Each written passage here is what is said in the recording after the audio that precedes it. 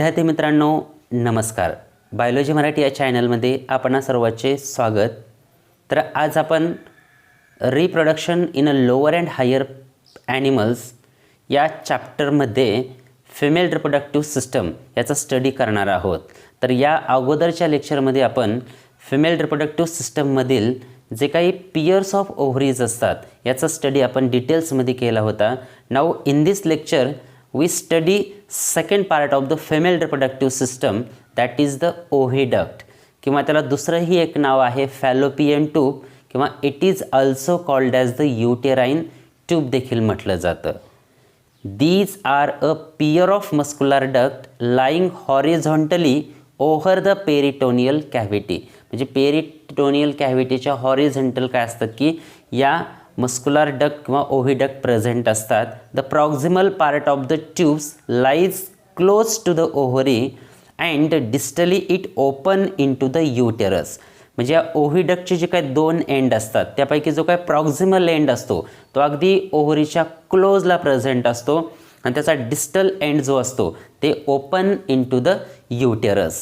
Each tube is 10 to 12 centimetre in a length.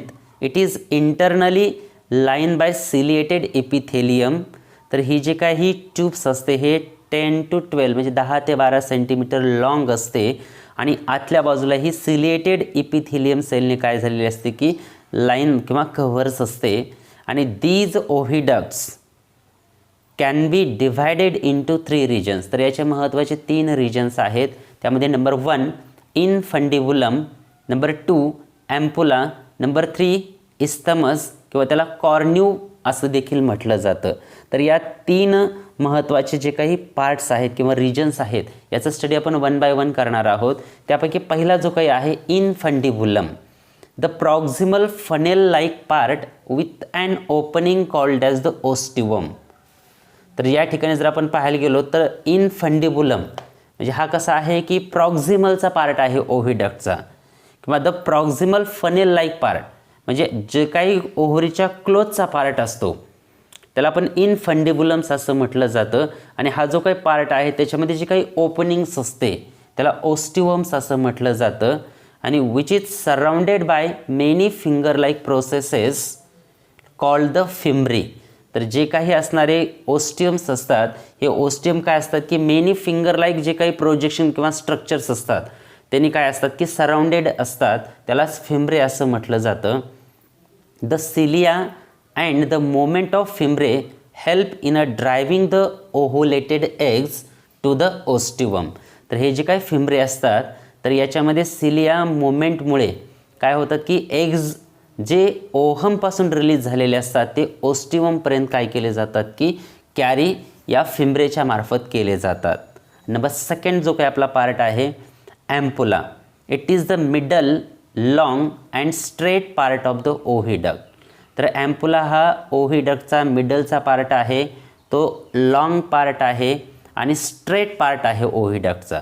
Fertilisation of the ovum takes place in this region. म्हणजे actual sperms आणि जे काही ओव्हम्स असतात किंवा जे काही ओव्हरीच्या मार्फत एग्स किंवा ओव्हम रिलीज केलेले असतात त्याचं ॲक्च्युअल फर्टिलायझेशन हे ॲम्पुलामध्ये होत असतात. आणि आपला तिसरा जो काही रिजन्स किंवा आपला पार्ट आहे तो आहे इस्थेमस किंवा त्याला कॉर्न्यू असं म्हटलं जातं. The distal narrow part of the duct opening in to the uterus. म्हणजे ओव्हिडक्टचा जो काही डिस्टलचा पार्ट असतो तो युटेरसमध्ये ओपन होत असतो. तर अशा प्रकारे हे 3 महत्त्वाचे रिजन्स ओव्हिडक्टमध्ये असतात. नंबर 1 इनफंडिबुलम, ॲम्पुला आणि तिसरा आहे इस्थेमस. आता यानंतर आपण नेक्स्ट जो काही आपला पार्ट आहे युटेरस याचा आपण स्टडी करणार आहोत. It is a commonly also called as the womb. तर यालाच उंब पण म्हटलं जातं. It is a hollow muscular pear shape organ located above and behind the urinary bladder. तर हे जे काही युटेरस असतात इट इज द हॉलो किंवा मस्क्युलर ऑर्गन्स असतात आणि हा बिहाइंड द युरेनरी ब्लॅडरमध्ये काय असतो की behind the urinary bladder present असतो. तर याची साईज जर आपण पाहायला गेलो it is about 7.5 centimetre long, 5 centimetre broad and 2.5 centimetre thick एवढी याची साईज असते. आणि the uterus can be divided into 3 regions. तर या युटेरसचे देखील काय होतात की 3 रिजन्समध्ये डिव्हायडेशन्स होत असतात. त्यापैकी पहिला जो काही रिजन्स आहे तो आहे fundus, number 2 body and number 3 cervix. तर यापैकी पहिला जो काही रिजन्स आहे तो म्हणजे fundus. It is the upper dome shape part. Normally implantations of the embryo occurs in the fundus. तर हा जो काही फंडस असतो, तुम्ही डायग्रॅममध्ये पाहत असताल की जो काही अप्परचा डोम शेपचा पार्ट असतो त्यालाच फंडस असं म्हटलं जातं.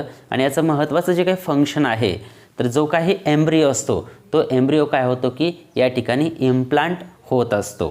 त्यानंतर नंबर 2चा जो काही आपला रिजन्स आहे body. It is the broad part of the uterus which gradually tapers towards. म्हणजे बॉडीचा जो काही पार्ट आहे तो अगदी सगळ्यात ब्रॉड पार्ट आहे युटेरसचा. आणि हा टॅपर्स म्हणजे टोकाच्या भागाकडे म्हणजे ज्या सर्व्हिक्सच्या भागाकडे काय असतो की अगदी निमुळता असतो. आणि 3 नंबरचा जो काही रिजन्स आहे cervix. It is the narrow neck about the 2.5 centimetre in a length. तुम्ही डायग्रॅममध्ये जर पाहिलं असेल तर सगळ्यात शेवटी जो काही अगदी नॅरो पार्ट आहे युटेरसचा त्याची लेंथ पण अगदी कमी आहे, 2.5 सेंटीमीटरचा आहे.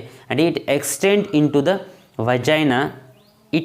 Its passage have 2 opening and internal OS towards the body and an external OS toward the vagina.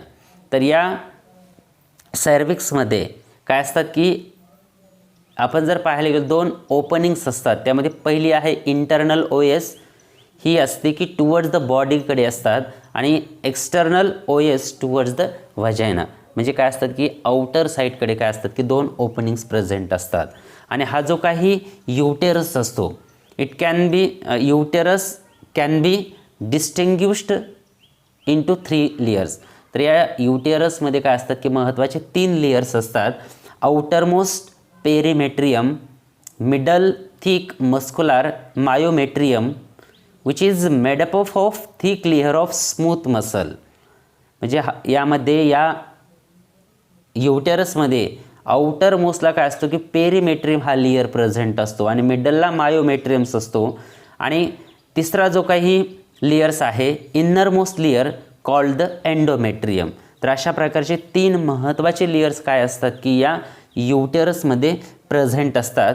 Means the thickenings of this layer regularly undergoes changes in the during the menstrual cycle. म्हणजे जो काही एंडोमेट्रियम्स असतो हा endometrium किंवा त्याला दुसरंही एक नाव आहे. It is also called as the mucosal membranes असं म्हटलं जातं. आणि हा जो काही म्युकोसल मेम्ब्रेन्स असतो it is made up of stratified epithelium. म्हणजे स्ट्रॅटिफाईड इपिथेलियम सेलपासून हे बनलेलं असतो. आणि याची जी काही थिकनेस असते या एंडोमेट्रियमची ही काय होत असते की रेग्युलरली चेंजेस होत असते. कारण आपण पाहतो की मेन्स्ट्रुअल सायकलमुळे किंवा जे काही इस्ट्रोजन आणि प्रोजेस्टेरॉन्स असते याची लेवल ज्यावेळेस इन्क्रीज किंवा डिक्रीज होत असतात त्याचा डायरेक्टली इफेक्ट काय होत असतो की या एंडोमेट्रियमवरती होत असतो. आणि it is richly supplied with the blood vessel and uterine glands. तर या एंडोमेट्रियममध्ये काय असतात की हायली किंवा रिचली सप्लाइड काय असतात की ब्लड व्हेसल्स याच्यामध्ये प्रेझेंट असतात. आणि these provide nourishment to the developing foetus. म्हणजे हा एंडोमेट्रियम काय करत असतो की जे काही डेव्हलपिंग फीटस असतात त्याला नरिशमेंट देण्याचं काम करत असतात. जर तुम्हाला या 2 पार्टमध्ये युटेराईन ट्यूब किंवा त्याला आपण ओव्हिडक्ट असं म्हटलं जातं आणि नंबर 3चा जो काही पार्ट आहे युटेरस यामध्ये जर काही सजेशन असतील तर तुम्ही कमेंट बॉक्समध्ये लिहू शकतात. आणि जर तुम्हाला हा व्हिडिओ आवडला असेल तर तुमच्या मित्रांना शेअर करा, लाईक करा. Okay, thank you.